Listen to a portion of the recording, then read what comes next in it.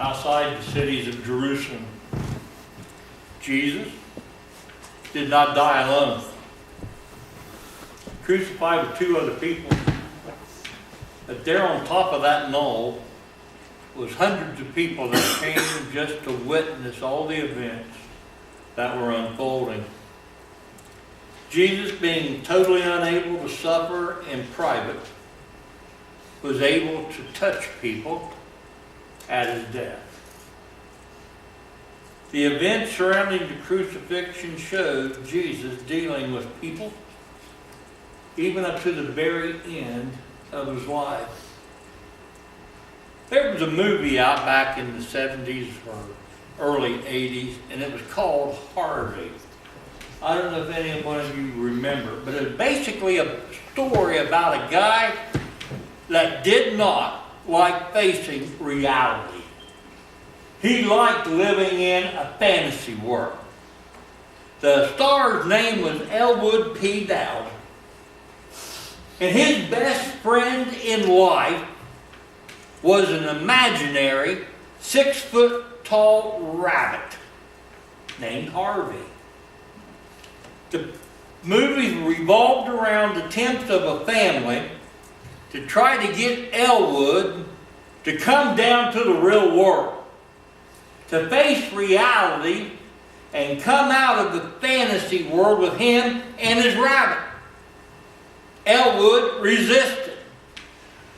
He found his life to be far too much exciting, far too much enjoyable, living in a dream world and spending time and doing things with his imaginary rabbit friend Harvey.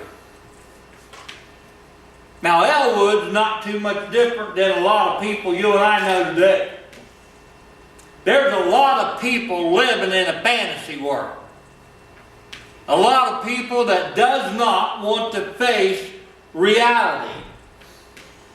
Many of us spend a lot of time hoping for a condition that will never exist, yearning for a time that can never return, or glamorizing days that in reality were quite simple and ordinary. Whenever we live like that in the past, cling to things that aren't working, refuse to get with the game plan and changes in life that comes our way, we tend to slip in and out of a state of non-reality. Fantasizing often happens in our spiritual lives. Sometimes we don't want to face the reality of the spiritual condition we find ourselves in. One of the groups of people that was present at the day of Jesus' crucifixion was the priest. We read in our book of Exodus that God had set aside the priests to be representatives of God. They were to fulfill God's plans, fulfill His directions. But in reality, the reactions of these priests drove Jesus to the cross. So in a literal sense, the priests, those that were to be the people of God, resisted reality. The priests could not understand nor accept that God was implementing a brand new way for them to deal with people. Their whole lives had been wrapped up in acting as intermediaries between God and the people. And when Jesus came into the world to assert the fact that He was now going to provide mankind with a way to come to Him directly without using an intermediary, blowed the people's minds. The priest literally looked at Jesus and said, "You're upsetting our apple cart. You're upsetting our world. We cannot accept fact that people could relate directly to God by love and obedience rather than sacrifice and religious observances. If we allow these people to come to God directly by themselves, we lose our power. We lose our influence. We lose our control. Jesus had come into the world as the promised Redeemer for humankind, the promised deliverer from sin, and the priest could not accept this reality. And the priest stands out in this crowd as the ones who were supposed to support God turned out to be some of the greatest enemies and obstacles to God. As you look at these priests who had orchestrated the arrest and the trial of Jesus, you could make a distinction between people being religious and people being Christian. The priests were religious. And by being religious, I mean that they made sure that their religion was to keep on going. In Jesus' time, there was approximately 100,000 priests. They were divided into 24 courts that served the temple 2 weeks during a year. The only time all the priests served together was during 3 major feasts: Passover, Pentecost, and Tabernacles. The only rule that you had to follow to be a priest was you had to be a direct descendant from Aaron. There was no spiritual qualifications, no moral qualifications for anybody to be the priest. If you literally had the bloodline, you was eligible to be a priest. If a man did not descend from Aaron, nothing could make him a priest. And if he did descend from Aaron, nothing could keep him from being a priest. The only disqualification was if you had a physical defect of some type. If you had a physical defect, you could not serve. Other than that, you were able to serve in the temple as a leader. The priesthood was a privilege. The priests were taken care of before anybody else. During a sacrifice, only a very small portion of the meat was burnt. The priest received everything left for their own use.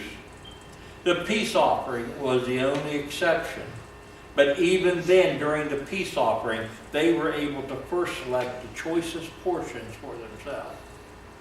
And they give God the leftovers. The priest received the proceeds from the offerings of first fruits that was presented to God. This was all the produce that they could use and they could eat.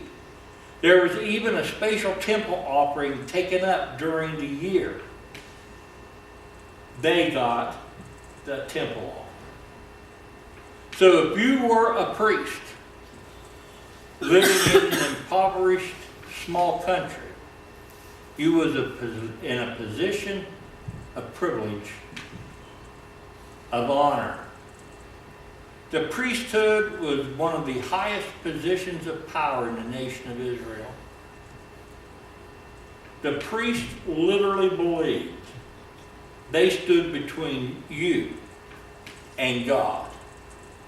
They believed that they literally had the power to bring a person into the presence of God, and they had the power to bar a person from coming into the presence of God.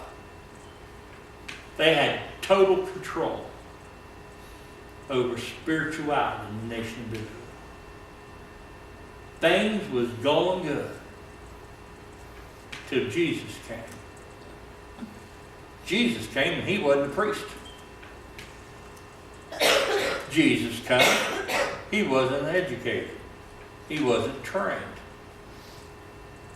Everything that Jesus stood for, talked about, taught, ran counter to the priest's teaching and positions.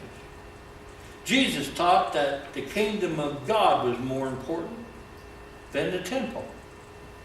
He taught that the sacrifice of self was more important than the sacrifice of animals.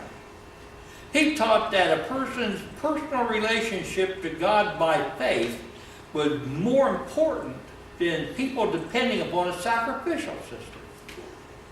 Jesus taught that law was secondary to love. Clearly, if Jesus was right, the priests were wrong. The priests couldn't stand the thoughts of being held in a lower viewpoint of society than by this itinerant troublemaker from Nazareth. Today, we still struggle with a distinction between if we're to be religious or if we're to be a Christian. Some people solve the problem by lapsing into legalism. And by that I mean churches you can go to that has all kinds of rules. Can't wear shorts, can't wear makeup, can't wear jewelry, can't wear earrings, can't wear your hair a certain way, or you've got to wear your hair a certain way. You got to wear long sleeve shirts. You can't go out and play cards. Better not go to a movie. We lapse into the series of things of do's and don'ts. Someone one time asked me, how come I don't preach about a lot of the don'ts? And my philosophy in life is this: if we spend our time doing all the things we're to do, you won't have time to do the things you shouldn't do. And I don't look at our faith as being something negative. I look at our faith as being something positive. Even when one time I was asked, what if there is no eternity? What if there is no heaven? All that stuff you preach about. What if there isn't anything? You live, you die, that's it. My philosophy answer back was, well, if I live to the best of my ability to make someone else's life better, if I'm willing to give and sacrifice to help someone else struggle through their life, if I can spread hope and encouragement and there ain't nothing left, I still left the world a better place to be than it was before I come into it. I've lost nothing. But what if I'm right? What if there is a life after this life? This is only the beginning. There's a life to come. Well, I'm going to be ready to face it because I have a living faith in the God who can do things for me I can't do myself. I'm going to go to heaven not because of what I've done, but because of what I couldn't do for myself. But what about you? What if you haven't made a personal relationship with God? You live your life, put all your eggs in the basket, you're just going to go into non-existence. But what if you don't? You see, the priest was struggling with the distinction between being just religious or fulfilling a higher destiny God was setting before them to do. He didn't want them to lapse into legalism. Modern legalism today resists the reality of a liberating Spirit of Christ who leads us to make decisions based on spiritual truths. What was I telling the kids today? I believe in a literal devil. I believe that the devil hates God. I believe the devil will get all people to chase their tails like my stupid dog. It's fun to watch, but it gets them nowhere. A lot of people spend their entire life in the pursuit of things that will never satisfy.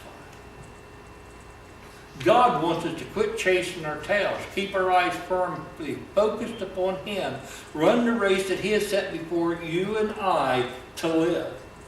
You see, complex problems of living for Christ is complicated in a confusing world that does not lend itself to easy answers. But we do not have a do-your-own-thing approach for our Christian faith. There are some guidelines. God gave us a Bible. It isn't a suggestion that we read it. It's an obligation that we read it. But it's more than we just read it. We believe it. Then we figure out ways to let it soak through our mind and our heart so that the things it teaches us to do, we accept it as reality. And we live our life by it. Our challenge is to follow Christ. We have to commit ourselves to Christ through faith. We must follow Christ irregardless. And when Jesus came into the world, encountered these priests, the priest did not like his new program. When our position is called into question, we usually increase our determination. We work harder and we push more rather than just to examine to see if our position is correct. The priest did the same thing. When they heard Jesus' new agenda, they set a plan into motion. Their plan was to plot to kill Jesus. They were absolutely determined to have their own way. In order to have their own way, they had to do away with Jesus. And that they were willing to do. From the moment Jesus crossed their path, a plan was hatched so that Jesus would be on a collision course with death. The priest understood Jesus' condemnation and what it would mean. These priests were outraged the day that Jesus raised Lazarus from the dead. He demonstrated that he had power over life, but he had power over death. He was able to heal a man that was born crippled, and he said, "Your sins are forgiven." They knew that anybody that had the power to heal a person born crippled had to have the power to forgive sin. How could someone uneducated, untrained, not a member of the priesthood, possibly speak for God? Then Jesus went into the temple courtyard. There he found money changers robbing people coming in to buy their sacrifices. He upset all the apple carts and he cleansed the temple area. They even convinced Judas, one of his 12, to betray him. They arrested him in the Garden of Gethsemane. They brought him to the home of Caiaphas, the high priest. Caiaphas found him guilty, took him to Pilate for the official pronouncement of death. They wanted him dead, but the priest did not have the power or the authority to kill Jesus. So they wanted Pontius Pilate to do it. The priests were determined to bring about the death of Jesus.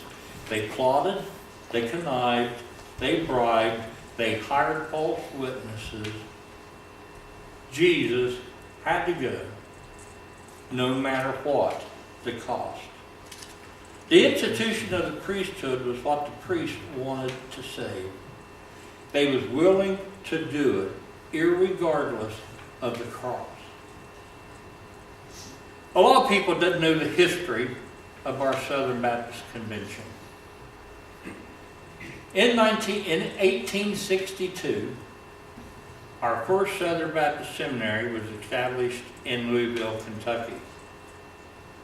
Soon after, the second session of their classes being held, the rumblings of war was going to start. Early in the summer of 1865, the faculty met to consider trying to restart the seminary again. The picture was dark. Southern Baptist originally was from the deep south. A lot of the plantation owners were slave owners. There was a big fight among the Baptists about, since it has been outlawed by Abraham Lincoln, what is the convention going to do? Three things happened. First, a large group of Baptists broke off. they formed what was called the Northern Baptist. Today, the Northern Baptists are known as American Baptists. So any group of churches that you see identified as American Baptist churches today, they used to be Southern Baptists. They broke over the issue of slavery and the way that they supported their missionaries. The American Baptist allows each church to adopt a missionary. You raise your own money, you support that missionary. If you're a big church, your missionary does good. If you're a small little church, how do you think your missionary does? Not too good. The next thing happened. Another group from the second half broke off and said, we are going to continue to keep our slaves. And we don't care what anybody says. And the rest of the group that was left says, we renounce slavery. And we're going to ask God to rebuild our denomination back to be the denomination it needs to be. So in 1865, less than 40,000 people says, we are anti-slavery and we're going to ask God to help us grow. From 1865 to 2015, we're no longer 40,000 members. 49 million members. That's a lot, isn't it? More than that, there's 44,000 churches. 80% of them is our size. But our size gives 80% of all the money and does 80% of all the baptisms in our denomination. That's doing a lot of good with just a small number of people. The priesthood was more interested in people being responsible to take care of them. And our philosophy is the handful of us is responsible to take care of all the people that's outside of this area. The priest came to a decision. Jesus was going to die.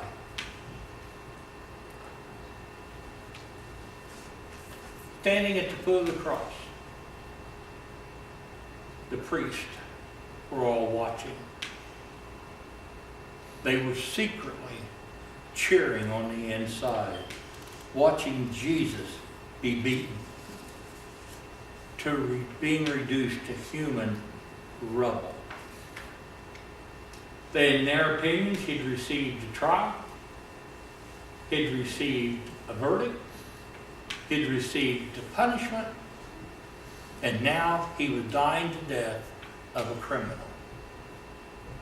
They felt vindicated, they felt elevated, they felt protected. The very claim that the priests used to convict Jesus religiously was also the same technique they used to convict him politically. They said that Jesus claimed to be a king, that Jesus claimed to be the Messiah. But today, the situation's completely reversed. Jesus is not on trial. Jesus' position has been vindicated. It's been clarified. It's been confirmed. Jesus is the Son of God. Jesus demonstrated power over life and death. He has proven that he is the Lord of life. He's proven that he is the one who can lead people to God. He does not stand on trial before you and me. We stand in trial before him. The editor of a newspaper in Harrisburg, Pennsylvania was not very impressed with the address given by President Abraham Lincoln at the dedication of the National Cemetery in Gettysburg. This editor stood in the crowd, listened to the Gettysburg Address, went back to his office, and he wrote the following. The remarks of this silly president should be ignored. The veil of oblivion should be dropped on them. These words should never be heard or considered again. Abraham Lincoln is an idiot, and anyone who listens to his words is an idiot. How many read the Gettysburg Address? Or heard? Does that sound like the rambling of an idiot? Sounds like today. Doesn't it, Doug? All the truth that's has been spread for truthfulness for us to follow is questioned and ignored. And listen to all the silliness that's running around today that we're accepting as truth. You see, you and I must make a decision about Jesus Christ. We stand on trial before Him, and we need to make a definite decision. The priest made a decision that Jesus had to die. They resisted reality. Now you and I must make a decision. Will we choose to follow Christ? 2, will we choose to try to serve Him on our terms, or do we serve Him on His terms? Do we expect for Him to conform to our ways and standards, or are we willing to conform our lives to His standards? The priests were very conspicuous in the crowd at the cross. They resisted the reality of Jesus. They engineered His death. And how tragic it would be for people like you and me in this day and age to crowd around the cross of Christ and repeat the same error, resisting the reality of the mission and the message of Christ on this earth. What does Christ want from you and me? Our love, our loyalty. The priests have been replaced with us. We are now called the priests of God. How are we doing? We're eyes of God, ears of God, voices of God, hands of God. What do you think God's perspective was of the priest as he hung on the cross? Probably not very good. He loved them. He didn't approve of what they did. One day we're going to appear before God at His judgment seat. How's He going to view you and me?